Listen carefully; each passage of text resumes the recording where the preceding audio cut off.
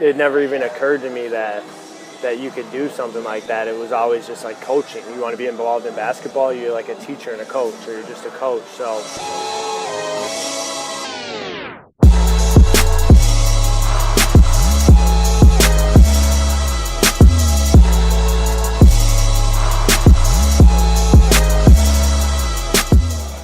I started skills training in 2008. I was about to graduate from college. I was helping coach like as a student assistant for my college team, and I wanted to get into college coaching. So I reached out to some AAU programs, and a guy named Mike Lee, who was running really the only AAU program in the area where I was going to school, and hit me back. We don't have any teams for you to coach, but I am running this camp. He's like, on Friday, like, do you want to help with that? And I was like, sure. So I went to the camp. It was an awesome camp. Like, so much value was being given to these kids, like more than they knew. Like, I had just finished playing, and like the whole time I was in there, I'm like, man, like this stuff would have helped me so much if I knew this. Like, you know, so it was an awesome experience. And I was talking to Mike and like asked him, like, you do this full time? And he's like, yeah. I'm like, seriously? Like, you know, like it never even occurred to me that you could do something like that. It was always just like coaching. You want to be involved in basketball, you're like a teacher and a coach, or you're just a coach. So I quit my job. I was working at Finish Line. I quit my job under probably not good conditions. Just basically told them I wasn't gonna show up. So, and I went to the next weekend or week. I went to Rockford, Illinois, with Mike. Spent the week with him, running another camp, and just really like started going from there. Like doing workouts in Eau Claire when we were up there, like when I didn't have class, and getting in the gym with him and just learning. And that's how it all started. I knew I wanted to be involved in basketball. So like, you know, I was reaching out to a lot of people, and I had actually I had a notebook that was full. Like I had a camp schedule. Like I was gonna go to all these camps. Like the month of June, I was gonna be in the South, and I had like 4 weeks of camp lined up. And then I was gonna go to the East Coast, and I had camps like for July all the way up to help work camps and like network and try to get into the college game. And it turned out that something got screwed up in my my graduation stuff. So I had to stay and take a summer class. So I had all that planned out, and I wasn't able to do that. So I wasn't able to really like network with anybody. At the same time, I was continuing to do the skills training stuff. And you know, at that point it was like, okay, like I'm gonna do this because it's in basketball, I can make money, and then I'm gonna, you know, continue to work and network to try and get into college. So like for the first few years I was doing it, that was still my goal, and I was just kind of using that to grow and like make some money, but ultimately try to get into college.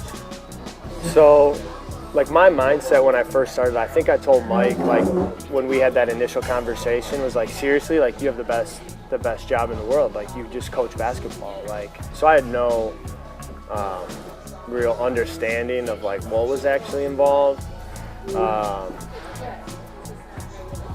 And I really wasn't concerned about the money. Like it was something that I really liked to do, and it wasn't my end game, so I wasn't super concerned about that at the time. And then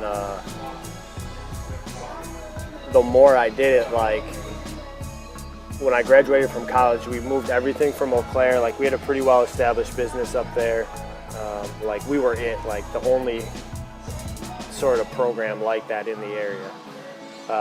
Moved everything to Milwaukee to get into a bigger market, and literally started from zero. So what was that like? What were the early days of Milwaukee like? That's where it became like eye-opening as far as what the job actually was. Like the first year that I was in Milwaukee, I think I made $3,000 like the entire year.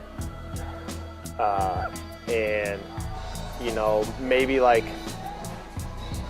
2 or 3 times a week I had a workout with a player. So like, 99% of my time was number one, working on my own skills, developing those to get to the point to like be able to demonstrate everything and teach everything.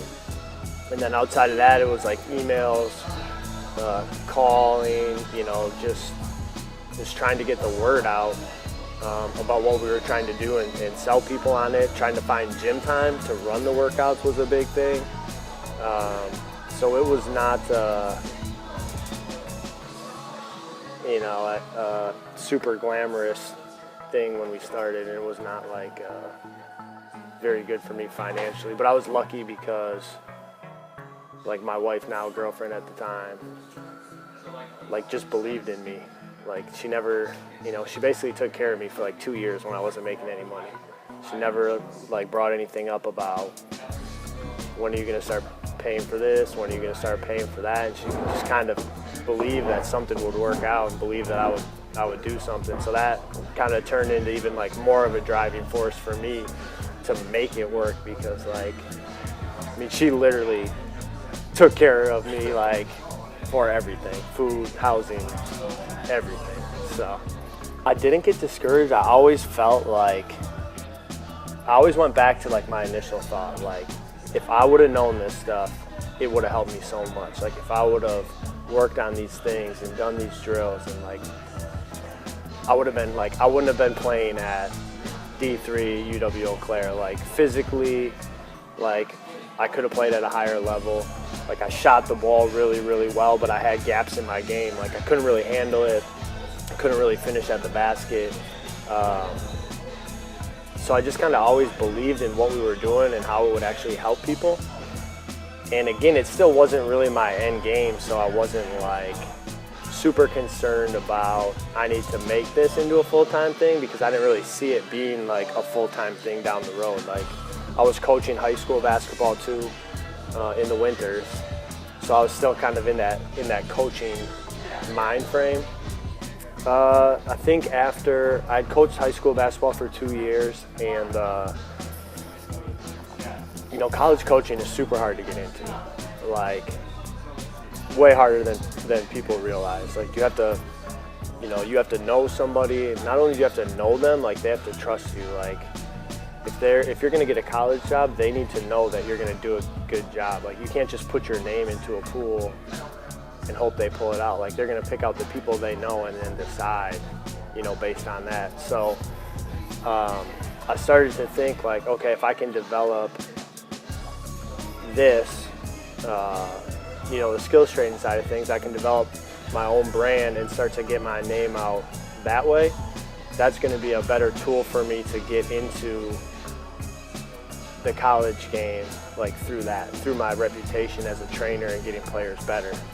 And then over time, I just didn't like the desire to coach in college and all the things that come with it as far as recruiting and travel and like that sort of thing started to, I really wasn't that interested in it anymore, and everything was just all out